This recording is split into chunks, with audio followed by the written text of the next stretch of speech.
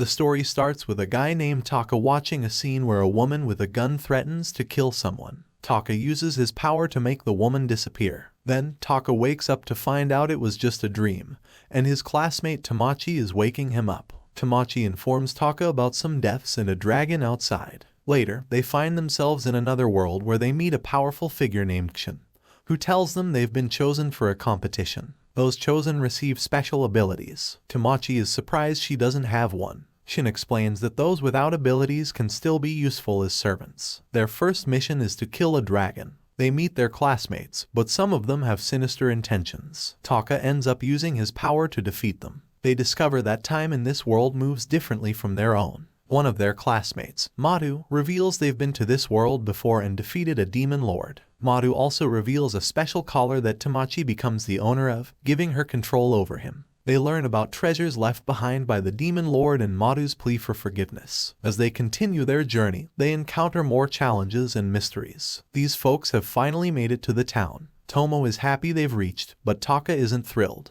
They notice the door is closing because it's getting dark. Taka explains they close doors at night. They manage to get in despite the language barrier with the guard. Inside, they encounter someone who speaks their language. Taka is relieved, and they learn about the town. However, the person refuses to share details due to restrictions. Tomo and Taka decide to leave but are offered shelter by the person. Taka grabs Tomo, sensing danger, and they run. In the market, Taka expresses fear that Tomo might harm someone. They meet a helpful beast offering assistance for free. However, it turns out to be a deception, and they end up surrounded by thieves. Tomo unleashes a powerful ability, defeating the thieves. The next day, they meet a ghost that only Tomo can see. The ghost reveals it's from a special clan, helping Tomo by removing flaws from her powers. They continue their journey, receiving information about their friends and a luxury train ticket. During the train ride, a fight between a sage and aggressors unfolds. Taka questions why the sage doesn't kill them, and they realize the aggressors aren't intentionally attacking.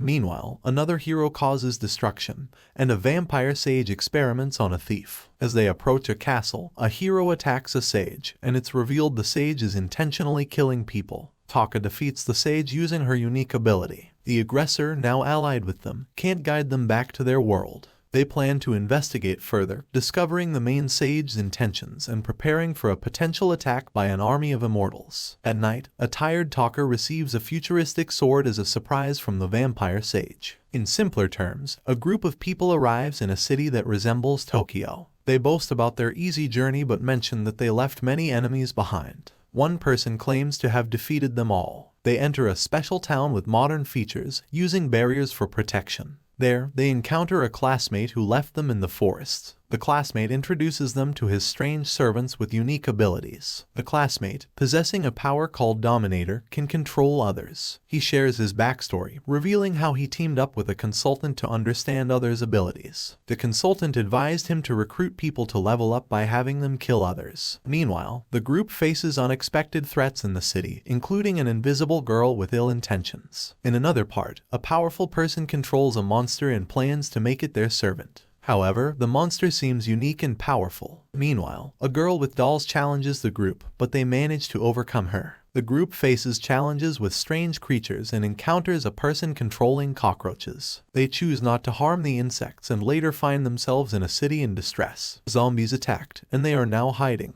The mayor of the city is revealed to be the leader of the zombies. The mayor and the zombies want something called the key. The key is related to a red-haired sage who has some influence. The mayor is forced to give the key to the zombies, or else the city will be destroyed. Two friends, Taka and Tomo, are being hunted because the sage wanted them dead. Taka reveals he has the power to control death. The mayor warns them about an impending attack by the undead army. Taka confronts the mayor, and they demand the key to escape the city. The mayor refuses, and a battle ensues. Taka defeats the zombies and kills the mayor, who turns into a wolf before dying. Taka and Tomo decide to use the key to leave the city. However, the city's residents turn against them, and a powerful sage named Sage starts attacking, intending to kill Taka. The situation becomes dire. Taka, Tomo, and Ghost plan a strategy to avoid Sage's attacks. They manage to survive Sage's onslaught, and Sage is defeated. The city is saved, and Taka and Tomo can move forward. A new character, a girl without memories, is introduced. It is revealed that she is the same as Sage, with 2 bodies and 1 life. Taka and Tomo receive recognition for saving the city, and the story introduces other characters keeping an eye on Taka. We see Tomo driving a car in the mountains, facing difficulties. She talks to Taka, who's sleeping and doesn't hear her. In Taka's dream, he's a pastor with a woman named Asaka assigned to care for him. Asaka is hesitant because Taka has special powers. The scientist convinces Asaka, telling her about Taka's ability to think and kill. Asaka, scared, agrees to take care of him. Taka, also known as Yagiri, lives in a house. Asaka scolds him for being called a monster, takes him outside, and witnesses Taka using his powers to defeat spirits. Asaka decides to cook for Taka and gives him the name Yagiri. Taka recalls a puppy's name,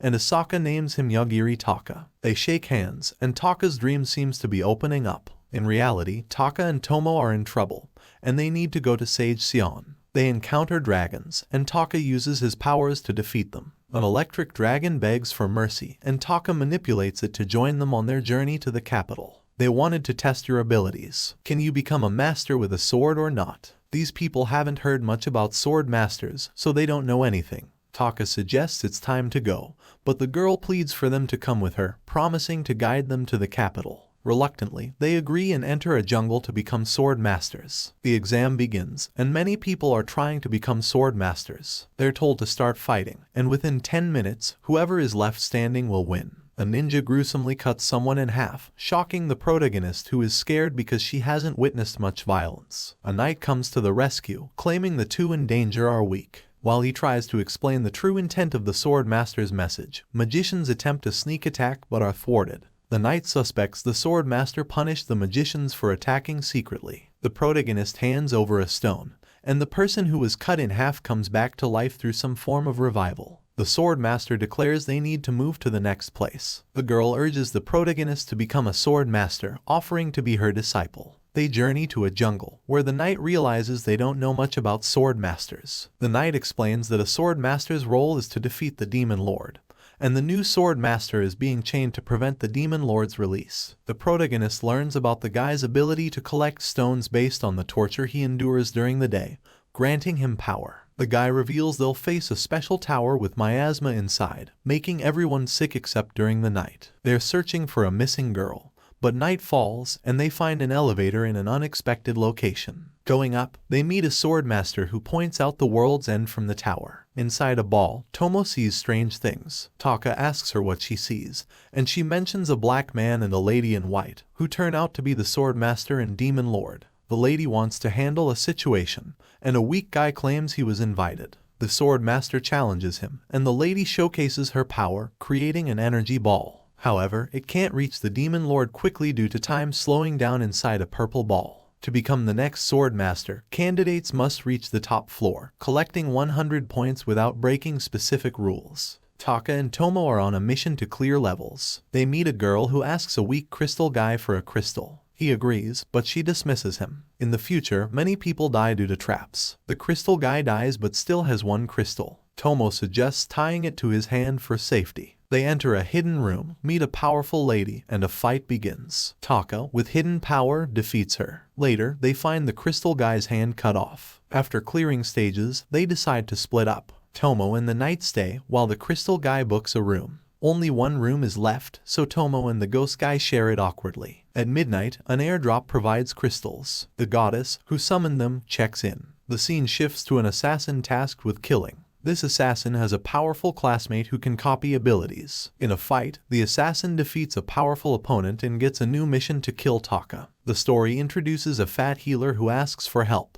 Tomo wakes up to find Taka sleeping, and the fat guy from an earlier episode seeks help. If she was sleeping, she would have suddenly woken up and asked what happened because a cow had somehow entered halfway through a wall, which seemed to be drawing her towards it. She thought waking a child nearby could help. Meanwhile, Taka, who is awake, decides to intervene. He breaks a barrier that was trapping her soul, saving her life. Then, he warns Tomo that they might not intend to harm anyone, but others might try to harm them, and he won't hesitate to defend himself. In another scene, a Saiyan manages to obtain a dragon with the help of a healer. They face challenges, including a powerful dragon, but are aided by a robot-like machine. Despite Mota's reluctance, they press forward, knowing Taka might be there. Later, they encounter the tower's creator, who confronts them for breaking rules. Taka tries to reason with him, but the creator is skeptical. He believes they'll betray him, leading to a confrontation where Taka defeats him.